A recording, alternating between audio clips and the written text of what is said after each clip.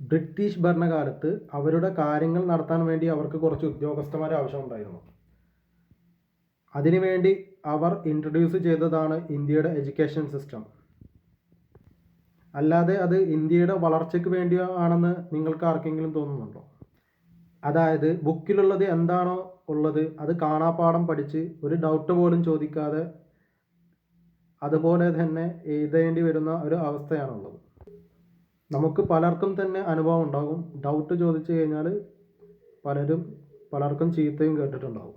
പിന്നെ ഇവിടെ വേറൊരു പ്രശ്നമുള്ളത് എന്താണെന്നാൽ സിവിലൈസ്ഡ് അല്ലാത്ത പാരൻസ് വളർത്തിയിട്ടുള്ള കുട്ടികൾ സിവിലൈസ്ഡായി പെരുമാറണം എന്ന് നിങ്ങൾക്ക് എങ്ങനെ ശഠിക്കാൻ സാധിക്കും? അതായത് സിവിലൈസ്ഡ് അല്ലാത്ത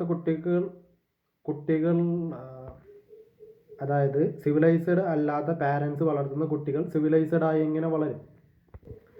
സ്വന്തം വീടിൻ്റെ ഗേറ്റ് വരെയാണ് വൃത്തി എന്നാണ് അവർ മക്കളെ പഠിപ്പിക്കുന്നത്.